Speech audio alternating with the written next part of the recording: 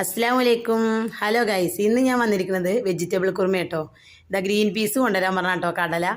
അപ്പോൾ അത് കുടന്നിക്കാണ്, തൊലിക്കണ കടല ഫ്രഷ് ആട്ടോ കുടന്നത്. അതിനെ ഞാൻ ഇക്കി കൂടി തൊലിച്ചെടുത്തിട്ടു കേട്ടോ. എന്നിട്ട് ഒരു ഉരുളക്കിഴങ്ങ്, ഒരു ക്യാരറ്റ്, ഒരു സബോള, 10 ബീൻസ് കേട്ടോ. ഒരു 1/4 കിലോ ഒക്കെ ഉണ്ടാവും കേട്ടോ. അത് തൊലിച്ച് നോക്കുമ്പോൾ അത് നമ്മൾ കുക്കറിലാട്ടോ വെക്കുന്നത്. അപ്പോൾ 2 വിസിലിട്ടിട്ട് നമുക്ക് പാത്രത്തിലേക്ക് മാറ്റാൻ പറഞ്ഞിട്ടാണ്.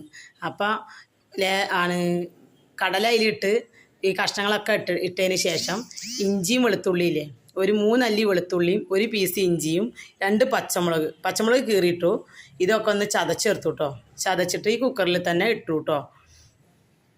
ഇങ്ങനെ ഒരു 1.5 ഗ്ലാസ് വെള്ളം ഒഴിച്ചു കേട്ടോ ഈ കുക്കറിൽ. അതിന് ശേഷം ഒരു സ്പൂണ് ഉപ്പ്, പാകത്തിന് ഉപ്പ് കേട്ടോ. എൻ്റെ ചെറിയ സ്പൂണാകൊണ്ട് ഞാനൊരു സ്പൂൺ ഇട്ടു കേട്ടോ. ഒരു 1/4 ടീസ്പൂൺ മഞ്ഞൾപ്പൊടി, ചെറിയ നിറ വ്യത്യാസം കേട്ടോ ഞാൻ വരുത്തണുള്ളൂ. അതിന് ശേഷം ഗരം മസാല ഒരു 1/4 ടീസ്പൂൺ അതും ഇട്ടു. ഒരു കുരുമുളക് ഇല്ലേ പൊടി, അതും ഒരു ടീസ്പൂൺ ഇട്ടു കേട്ടോ. അധികം എരിവില്ലാത്ത കുരുമുളകാണ്, അതുകൊണ്ട് ഒരു സ്പൂൺ ഇട്ടു. പിന്നെ തേങ്ങ അരച്ചു കൊടുത്തു കേട്ടോ. തേങ്ങയിൽ ലേശം പെരിഞ്ചീരകവും ഗരം മസാല ഇട്ടു കേട്ടോ, ലേശം കൂടി.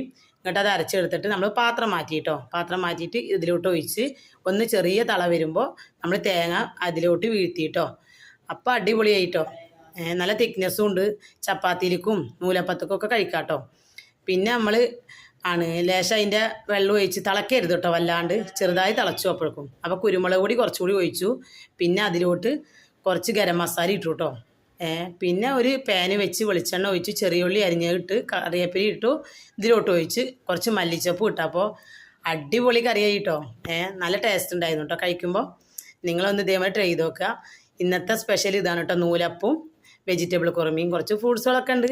ഇന്നത്തെ വീഡിയോ ഇത്രയേ ഉള്ളൂ കേട്ടോ. നല്ല വീഡിയോ ആയിട്ട് വീണ്ടും വരാം ഇൻഷാ അല്ലാ.